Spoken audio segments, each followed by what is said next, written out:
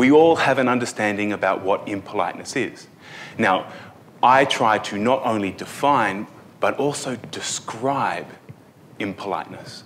What I do is, I'm a linguist, and I'm an interactional pragmatist. So I look at not just someone who's doing something offensive or saying something that's impolite, but also the reaction that somebody has to what somebody says. And I'm interested in that reaction to what someone says and the reaction that they have in reaction, and so on and so forth, because this interaction creates co-constructed meaning. My thesis proposes that there is untapped potential for housing equity to be withdrawn to relieve financial stress in later retirement. I plan to model a continuum of housing equity withdrawal options for a range of retiree circumstances, including the potential for new financial products. Some of the existing ways of turning your bricks and mortar into cash in retirement, such as reverse mortgages or even downsizing your home, don't necessarily fit the circumstances, the energy levels, the needs, or even the risk profile of Australian retirees. What if, instead of correcting your every move, your teacher guides you to understand music in a way relevant to you?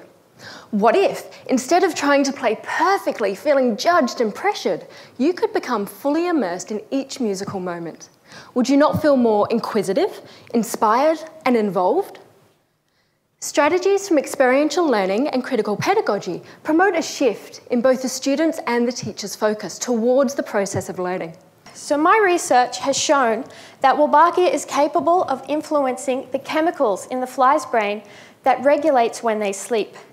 And this is actually the first study in the world that has shown that a bacteria is capable of directly influencing how an animal sleeps by altering the neurotransmitters and the genes that regulate sleep. And why do we need this? Because right now in Australia, your risk of living in poverty if you're aged over 64 is already 35%. That's more than 1 in 3 of us, and it's much higher for singles. So whether it's bullying or harassment or trolling or flaming, my study helps to understand what it means to be offended. My PhD is exploring these strategies within the context of my own piano studio, and I'm documenting their use through student interviews, practice journals, and recorded lessons over a 6-month period. I've found evidence that a non-pathogenic bacteria is capable of influencing how animals sleep.